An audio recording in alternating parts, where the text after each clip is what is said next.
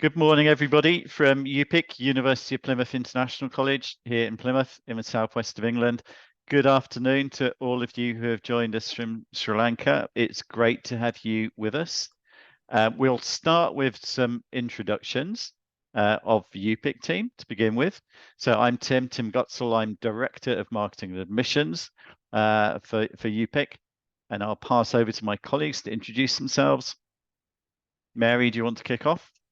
Hello there, I'm Mary Yates. I'm Admissions Coordinator over here at UPIC. Welcome to everybody. Nico? Hi, everybody. I'm Nico. I'm the Admission Manager here at UPIC, and I'll pass it to Amy. Hello, my name is Amy Byrne, and I am also one of the admissions officers here at UPIC. It's nice to meet you all. And then Dion. Thanks, Tim. My name is Dion, and I'm the Regional Manager for Navitas based in Sri Lanka, as you all know. And yeah, over to you, Tim. And we have Farouk with us as well from Team Navitas. Farouk, would you like to introduce yourself?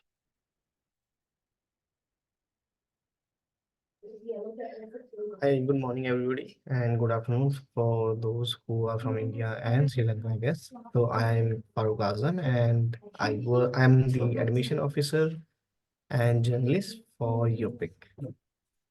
Great, thank you very much, Farouk. So we have an agenda that we'd like to go through this morning, and one of the main focuses of this session is not just to give you a general briefing to all things UPIC, but also to talk about the options that we have for starting with us in May. It's an intake that's sometimes overlooked, so everybody expects a September start and a January start, but we also wanted to go through all of the options that we have for starting in May. So we're going to focus quite a lot on that during this session, but we have other things to cover as well. So the general introductions, meeting the team. We'll talk about our specific entry requirements for Sri Lanka, about the admissions process, May start, payment information. We'll try and strip away any mystery around the whole CAS process. We'll talk about important dates, our student success stories. We'll talk about the ways in which we can support our agents as well through marketing materials and online presence and all of that kind of thing. Also fill in some of the background that you probably know already, but around the UPIC programs. We'll talk about scholarships, when there is some news there, specifically for May starts as well, about accommodation, about our social media, and then we'll leave plenty of time at the end for a question and answer session for any questions you have. So save those for the end, or feel free to ask questions as we go along. Either use your voice or use the chat or the chat function or the Q&A function as we go. Okay, so let's get going. So this is Team UPIC. It's a small but perfectly formed team. So you can see me there as Director of Marketing and Admissions. We have Peter as our College Director and Dave Jones, Director of Academic and Student Services. To the left, we have our Marketing, Student Recruitment, Admissions colleagues, and Mary and Nico and Amy are all on this call. Specifically in relation to admissions, we are now below a 24-hour turnaround time on applications, so we can provide you with a really prompt service. To the right of that slide, you have our academic and student experience team colleagues. So led by Toby Joseph Johnson and 3 student experience officers there as well. So the student experience is really important to us. So ensuring that our students don't just achieve academically, but also they have a really positive experience of being in the UK, being in Plymouth, and that we do all that we can to support them and to ensure that they progress to the university. So student experience, as you can see there, is a really big part of what we do. Entry requirements for Sri Lanka. So I'll pass over to one of my admissions colleagues for this, whoever would like to lead. I'll go. Okay, hi everybody. So for Sri Lanka, so we got 3 different kind of program: foundation, first year, and pre-master. Our academic requirement for foundation are 5 passes in GCE ordinary level or equivalent. For a first year direct entry, we need 3 C passes or 4 S passes or above in GC advanced level. Whereas for pre-master, we'll need to see university qualification corresponding to at least on UK H&D higher national diploma or above.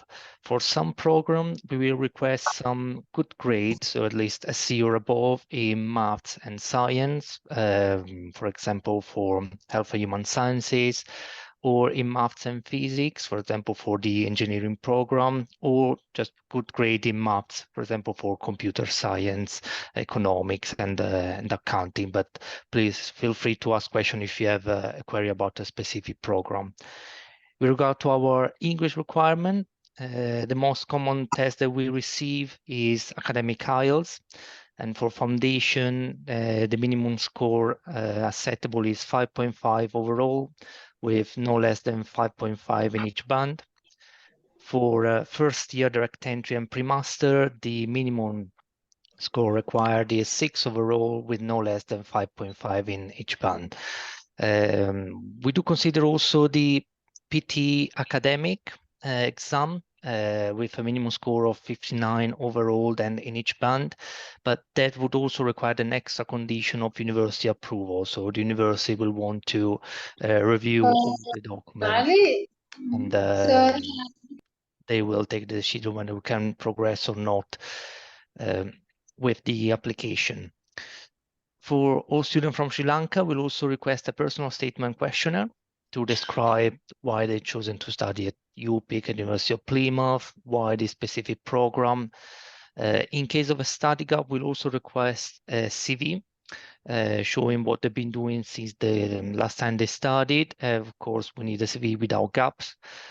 In case of previous visa refusal, we need a copy of the visa refusal, because we need to send the application to our academic board to assess.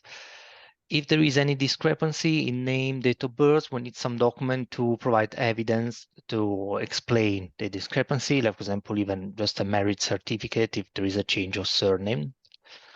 In case there is a study gap, please make sure the applicant submit the application anyway. What we do is we'll assess the study gap, the CV, what they've been doing, and if the study gap has been of 8 years or more, we'll just send all the document to our academic board for them to make a decision. There will also be an interview, a Navitas interview with us when all the other conditions have been met. Thank you, Nico. Are there any questions anybody would like to ask at this stage about our entry requirements for Sri Lanka?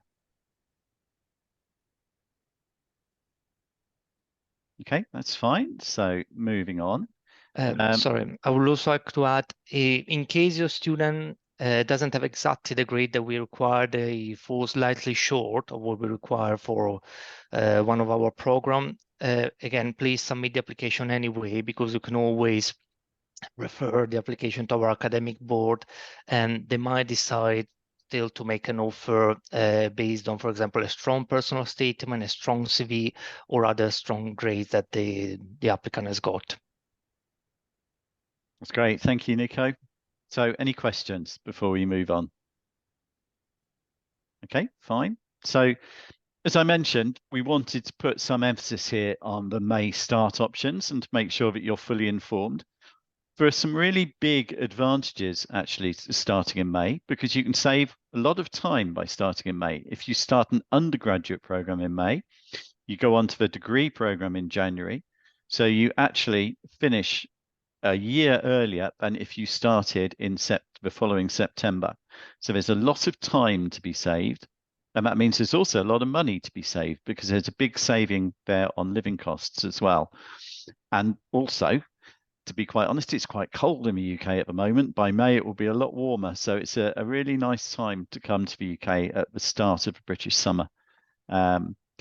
So the options that we have in May, there are 7 at undergraduate level. Those are accounting and finance, business management, economics, events management, international tourism management, maritime business, and marketing. So all of those would be a 2-semester foundation program leading on to the degree program starting in January. So those are the undergraduate options. And then at pre-master's level, we have business and management, communication design, data and computer sciences, education, engineering, psychology, tourism and hospitality. So the pre-masters is a 1-semester program starting in May, leading on to the master's program in September.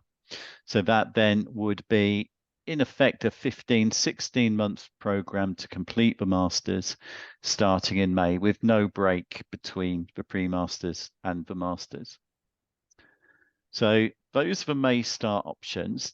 Do you have any questions about those, or UPIC colleagues? Is there anything else I should mention around the May start, do you think?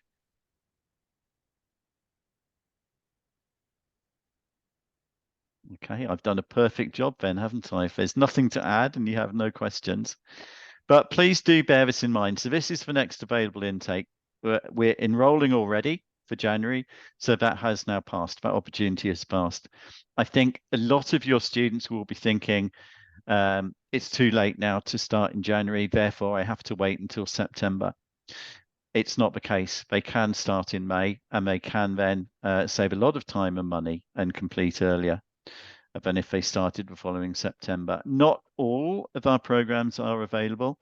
So we have a much wider range of foundation programs than that, but not all of the university's programs have a January start. So we're limited to those that have a January start, but it's still quite a wide range of options at both foundation and pre-masters level.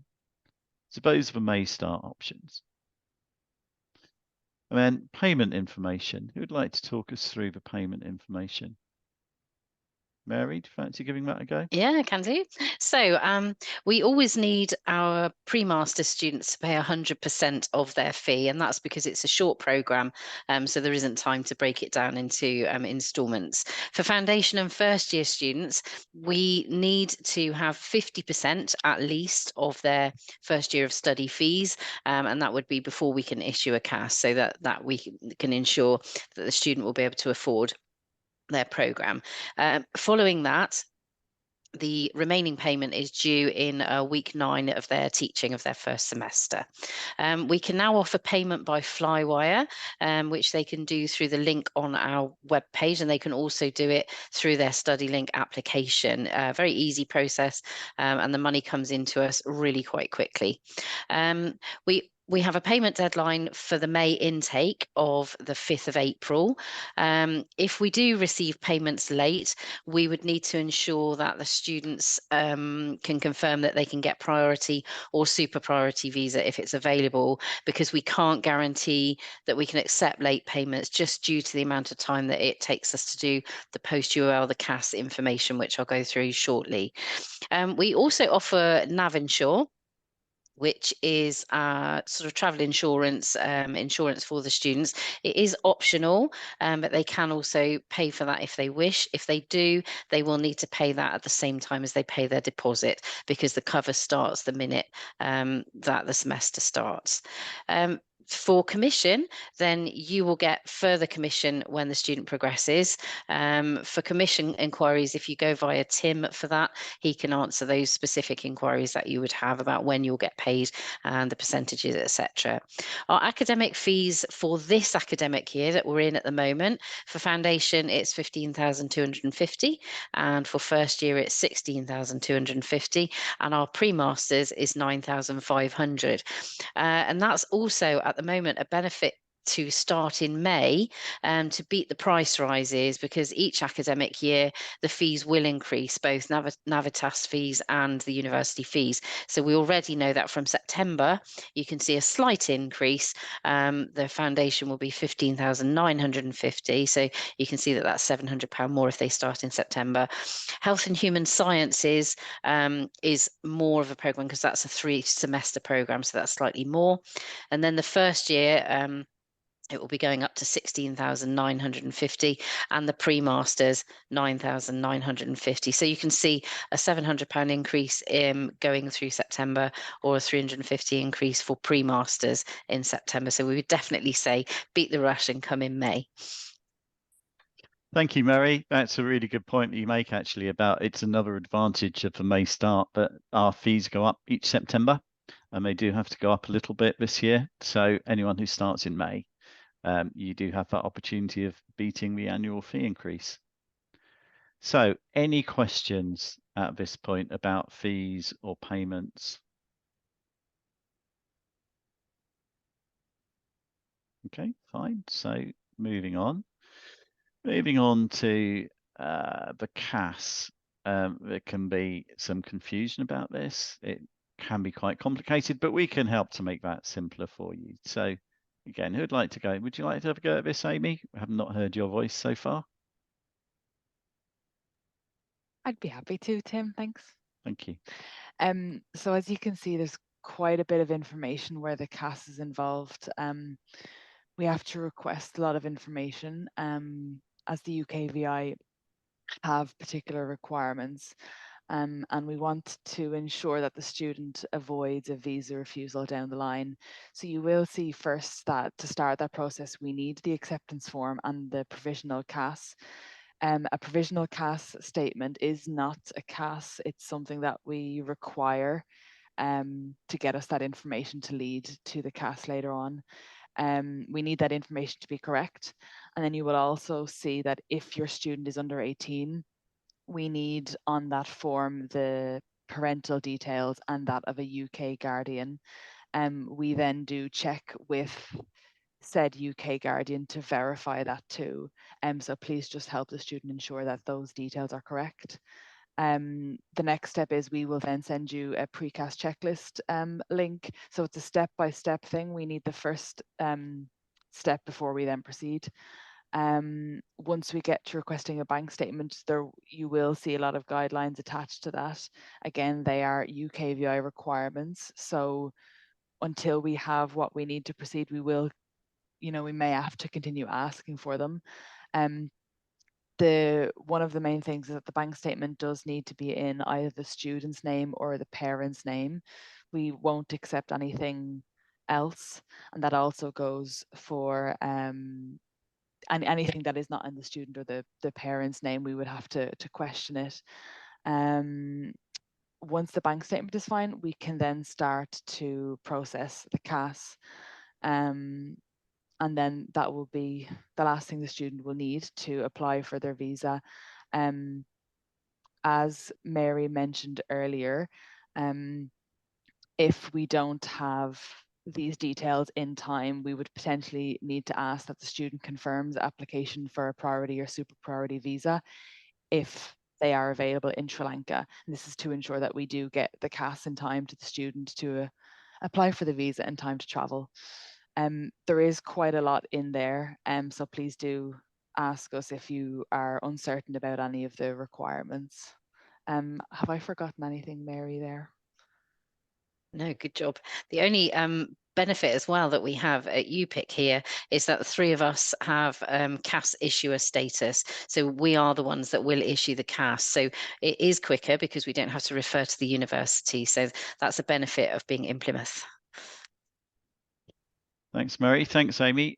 Dion, is there anything else we need to add, do you think, specifically from a Sri Lankan perspective about the visa and the CAS process? Thanks, Tim. In terms of visas, we do have the priority status option available. Unfortunately, we don't have super priority. Visas are coming through successfully. There are delays here and there, but so far so good. Great. Thank you very much. So let's move on. So important dates. So as I mentioned, the January intake is now underway. So the next intake is in May, and you can see there the various dates. So as Mary mentioned previously, the payment deadline is 5th of April. The application deadline is 29th of March.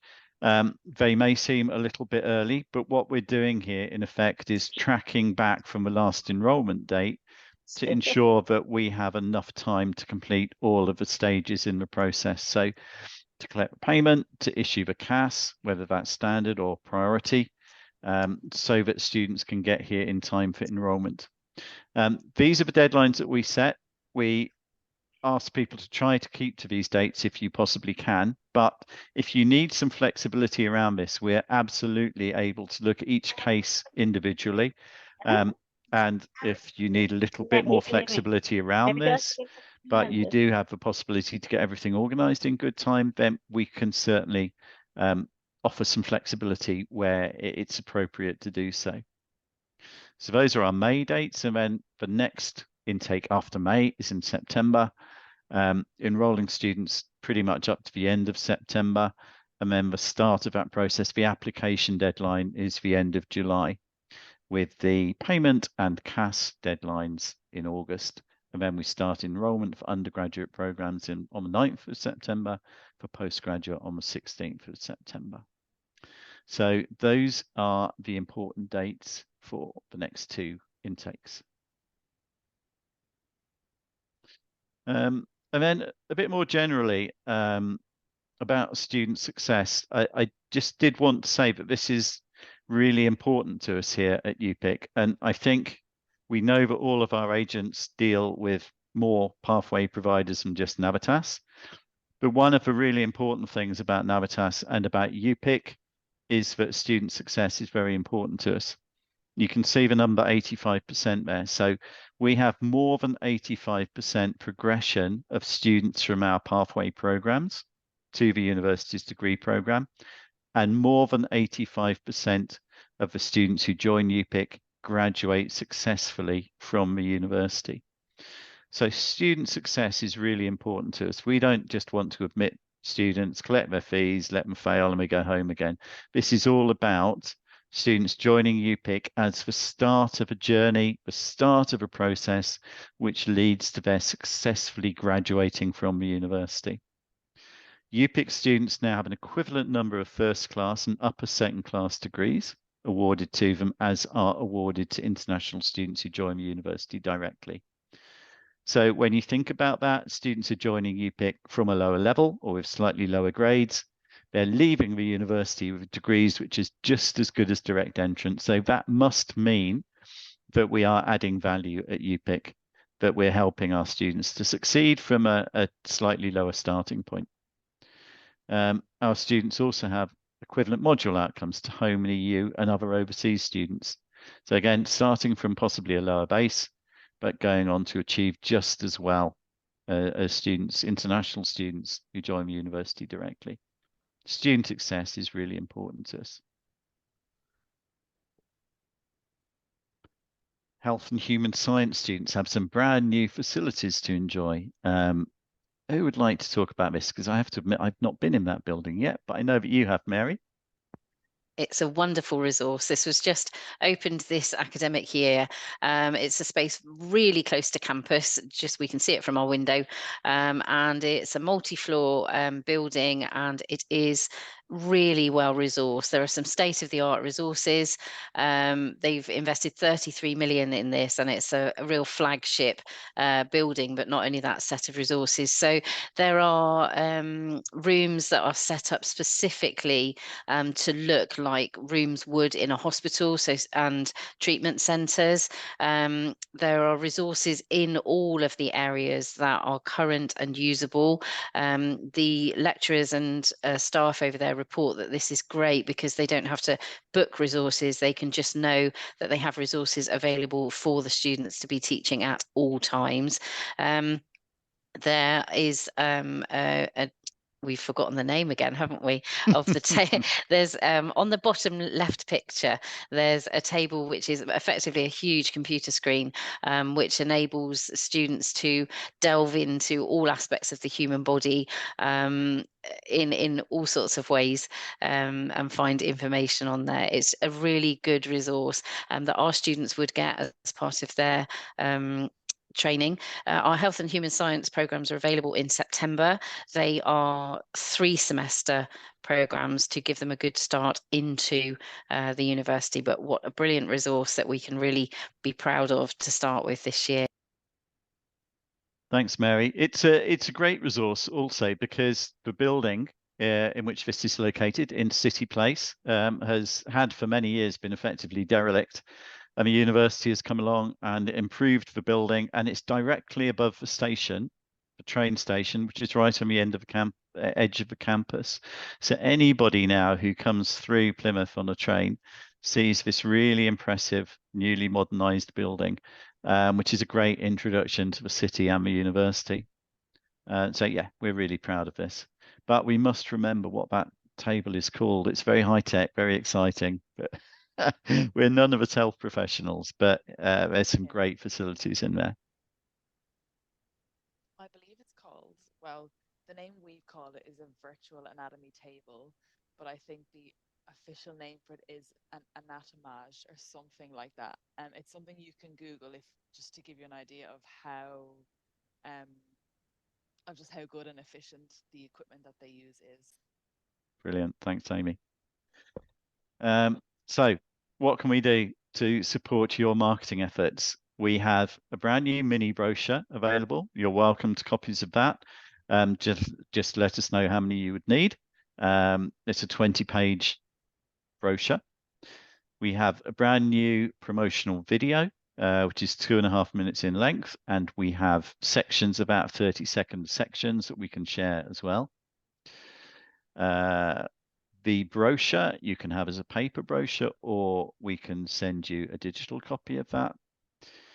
We have all kinds of flyers. We're developing a range of subject-specific flyers. We've started with marine, but we'll extend that into other subject areas as well.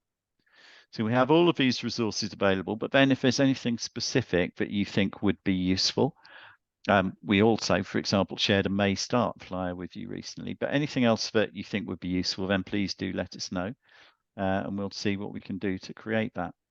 We are in the process as well, as you'll see on the right there, of developing a whole series of student profiles and testimonials.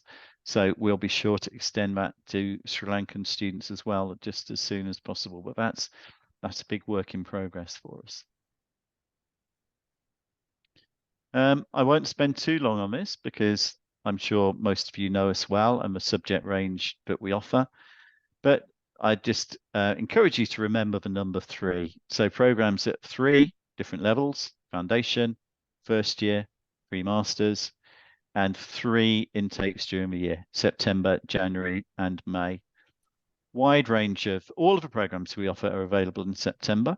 Many are available in January, and earlier we went through the range of programs available in May. Wide range at undergraduate level, from art, design and architecture through health and human sciences we've just talked about, tourism and hospitality. Marine and ocean, we are actually a top 5 ranked university in the world for all things marine in relation to teaching and research. So that's a really good example of where our coastal location and our academic excellence come together. So, yep, foundation programs are all 2-semester programs, with the exception of the health and human sciences 3-semester program, as are the first year programs. Pre-masters, all 1-semester programs now. Pre-sessional English. Back to Nico, I think, to talk us through pre-sessional English options. Thank you, Tim. Yes, so these are the pre-sessional English program that are delivered, unfortunately not available before the May intake, but they will be available before the September intake. So the one that we can see now, so we got 4 different length, duration, according to how sure your applicant is in terms of score. So we got 2 weeks pre-sessional English for those who are only half point short in one band, 6 weeks for those who are 2 points short in 2 bands, and then we got 8 weeks or 11 weeks for those that need to basically they need just a longer pre-sessional in order to cover the gap to what we actually require. These are the dates for the online pre-sessional English, which, as you can see, they will finish quite early on the 9th of August, because then the student will need to still apply, receive a CAS and apply for a visa. But the university will also deliver 3 face-to-face on campus pre-sessional English this summer. They will start a bit later and they will finish at the end of August. And the good thing with that is that the student will receive a combined course that will cover the pre-sessional English, our program plus the main program. So one combined course from the pre-sessional English to the end of the program. If the pre-sessional English is face-to-face on campus, the English test, IELTS or PT, need to be excelled. So you need to be a UKVI academic IELTS or a UKVI academic PT. For the online program, we can also accept non-UKVI, non-CELT English tests. Thank you, Nico. Any questions before we move on about anything that we've covered so far? So about the academic programs or the pre-sessional English? Any questions we can help with? Okay, that's great. So scholarships, I know you'll get lots of questions from your prospective students about scholarships. We do have scholarships available, and the University of Plymouth has a very generous international student scholarship scheme available. So to be eligible for a scholarship for UPIC student progressing to the university, there are two main requirements, and that is to achieve 70% overall academic grades and to have at least 85% attendance. If those two criteria are met, then £2,000 scholarship is automatically awarded from the first year of study at the university. So that's a really good incentive to students, UPIC students, to attend well and to succeed academically, because there's a generous scholarship available. For really outstanding students, there's an Academic Excellence Award, and one of our students has won this award previously, and that's 50% discount of the fee, and that, if that academic excellence is maintained, that can apply to each year of study as well. So some very generous scholarships potentially available there from the university. Also possibly some early payment discounts available from UPIC. So it's likely that the deadline for this will be the 15th of March, and there can be some early payment discounts available of around £1,000. So another strong incentive there to apply early and to get everything organised early. These scholarships apply to almost all areas of the university, with just a few exceptions there. So, and some of which we don't have a pathway into anyway. But there are a small number of schools not included in that scheme. But generally, these scholarships are open to all other areas. Shall we do the virtual tour? Let me see. Would somebody like to talk through our accommodation offer while I try and bring the virtual tour up? Amy, do you want to have a go at that?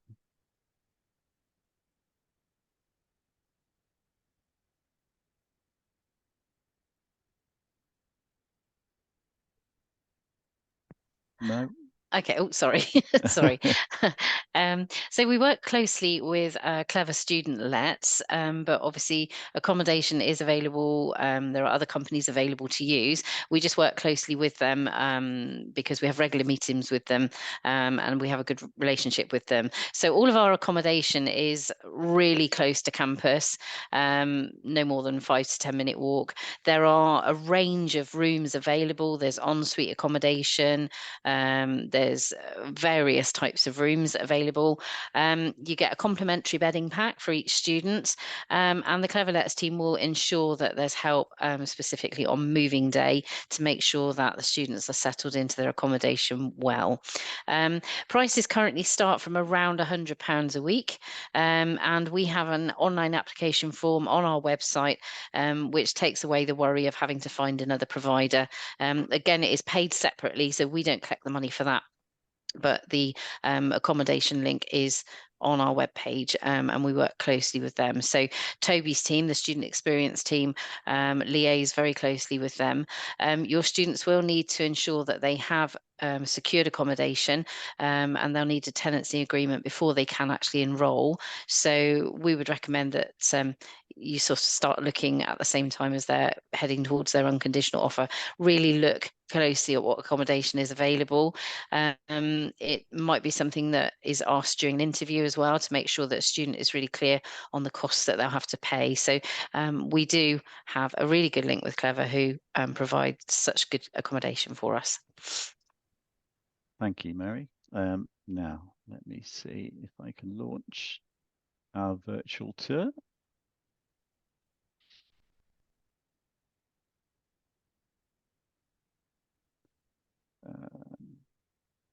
Bear with me.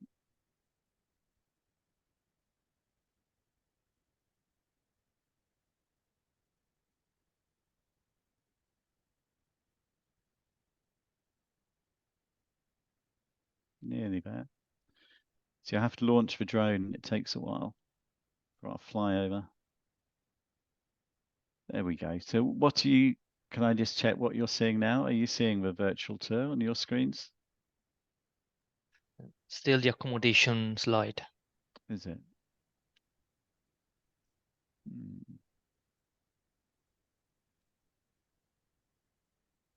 Yeah, now I can see it. Oh, okay, brilliant. So for those of you who don't know Plymouth, we're just going to give you a quick kind of flyover. As you can see already, we are a coastal university, a coastal city. And the university campus is right in the heart of the city, which makes this a very convenient student city. Everything's accessible on foot, no need for public transport, no need for expensive or time-consuming journeys from home into the university. Everything's located very conveniently together. Let's try and show you where the college is located. So we are right here. If I can go in, and I don't know if you can see my cursor there, but we're right on the edge of campus, right next to the train station, right next to the coach station, in the heart of the city. So let's try. In fact, what I think I'll do actually is share the link with you to the virtual tour, because my computer at the moment seems to be very reluctant to allow me to share this with you. So I will share the link. It's a really useful tool to share with your students.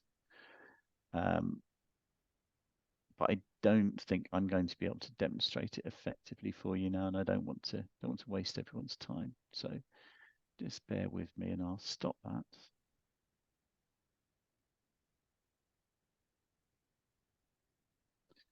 And then I'll try to go back to the original set of slides. Close the virtual tour. So just while Tim's doing that, the key really that we wanted to show you from that footage is just how close we are to everything. The city itself is, it's a small city, it's a safe city, but we are right on the sea. It's our coastal city. And from the campus, the seafront, Plymouth Hoe and the Lighthouse, beautiful sea pool, are only a 10-minute walk from the campus. Just about in a 10-minute walk, you can pretty much go to the shops, you can go to the sea, you can go to entertainment venues, etc. So it's a lovely city. The campus itself is a small city central campus. So we have all our facilities well within 5 to 10 minutes walk, if that. So it's just a nice small place to be, but right by the sea. And not far away is moorland, countryside, forests, parks. So we're just very lucky. We've kind of got it all here. So that's really kind of the key that we wanted to show you with the drone footage. So please do have a look. Great. Thank you very much, Mary. Oh, just a few final words. We mentioned Clever Student Lets before. This is a preferred letting agent that we work with. Students don't have to use Clever, but they are very accustomed to working with us. They have start dates available for an accommodation contract pretty much at any time a student would want to arrive, and they can have a lot more flexibility around the length of the contract than the university would, for example. Rooms for every budget, different styles of room. Almost all will be en suite, so with the student having their own bathroom facilities, and all within easy walking distance of the University of Plymouth campus and of the city centre. So that's a really good option that we have available. As I said, you don't have to use this agency, but they are very accustomed to working with us and to accommodating our students. We're very busy on social media, on Instagram, on Facebook, on Twitter or X as it is now. Also, we will probably post this video on our YouTube channel, and please do take the time to go and look at the YouTube channel, because there's a lot of useful and interesting information on there that you can see for yourselves or share with your students.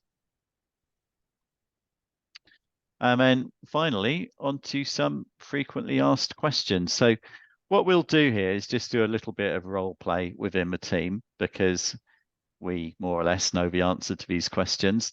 And hopefully this will cover some of the things you have in mind. But as I said at the start, we'll be sure to leave plenty of time for questions at the end in case you have any further questions. So let me kick off. Is there an option to study online, Nico? No, there is an option study online, the main program, so our program or the university program. That option is not there anymore. The only exception is the pre-sessional online program that we discussed earlier. Anything else is face-to-face in campus. Okay, correct. Your turn to ask the next question. Okay. Amy, what if a student has a study gap? If the student has a study gap, that's okay. It doesn't necessarily mean that they can't study with us, but we will look at what the student has been doing during that time of the gap. And this is when a good CV and a good personal statement would be helpful, along with, academic documents to show what the student has been doing that time.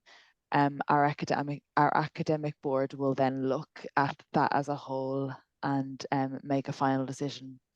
But yes, please do submit the application regardless of whether there's a study gap, with as much information as possible.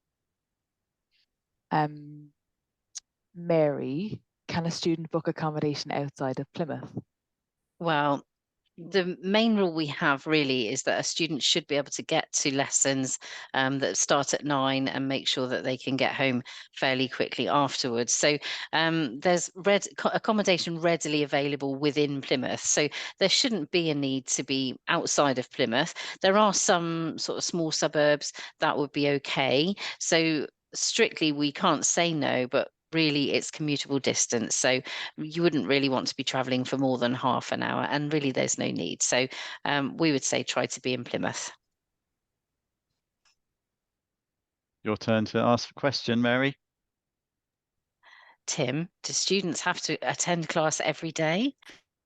Every day, Monday to Friday. So you should expect to have classes every weekday. It won't be all day, every day, perhaps between 15 and 20 contact hours a week, but you'll also be expected to do independent study outside of class, so either at home or in the library. So almost think of it as having a full-time job, or this is what you need to be telling your students. Just think of it as being 9 to 5, Monday to Friday, with a combination of classes and independent study. Weekends are free. Saturday and Sunday, there's no teaching. No teaching in the evenings either. But yeah, Monday to Friday, there will be an expectation to study. We know that a lot of our students expect to work, and you can work for up to 20 hours a week during term time, or more hours during the holiday. But ideally, those working hours would be focused on the evenings and the weekends. Nico, can students pay their fees in installments? So we cannot accept payment in monthly installment, but student can pay in installment as long as the required money is paid by the deadline that we gave them. So yeah, in that case, they can divide into 2 or 3 installments as long as by the deadline that we give them, we have received all the money that we need to receive. So even, for example, we won't be able to raise a CAS until they pay 50% of the deposit for undergraduate or 100% for pre-master.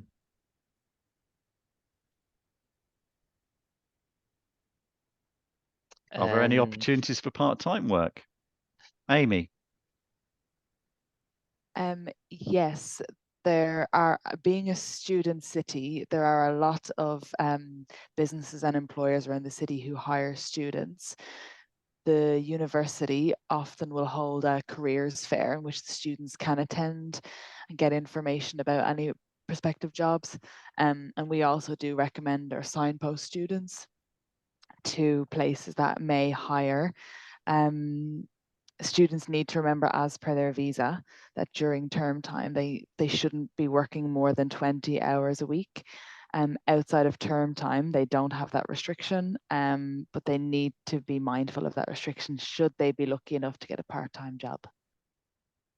Great, thank you very much, colleagues, for all your answers there. So are there any other questions? These are the questions we're most commonly asked, but if there's anything else you would like to ask, then please do so now. You can use the chat or use your voice. We'd be very happy to hear from you. And in the meantime, perhaps while you're thinking of questions, Dion, Farouk, is there anything else you feel it would be useful to add?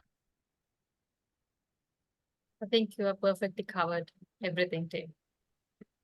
Yeah, I think Thank all you. the points are covered. Okay. Great. So thank you to everybody who's attended. One last opportunity in case you would like to ask any questions.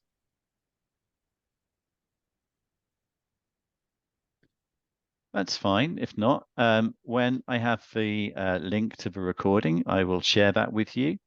I'll also share the link to the virtual tour because for technical reasons, we weren't able to go through that terribly well on this call. So I'll share that link too, and that can be a very useful tool for you. And then I will finish by thanking all of my colleagues from UPIC for joining the call, and thanks to Dion and to Farouk. One last chance for any questions, and I'll do a countdown. 5, 4, 3, 2, 1. Thank you, everybody. Good to see you. Thanks for attending, and see you soon, I hope. Bye. Thank you, everyone. Bye.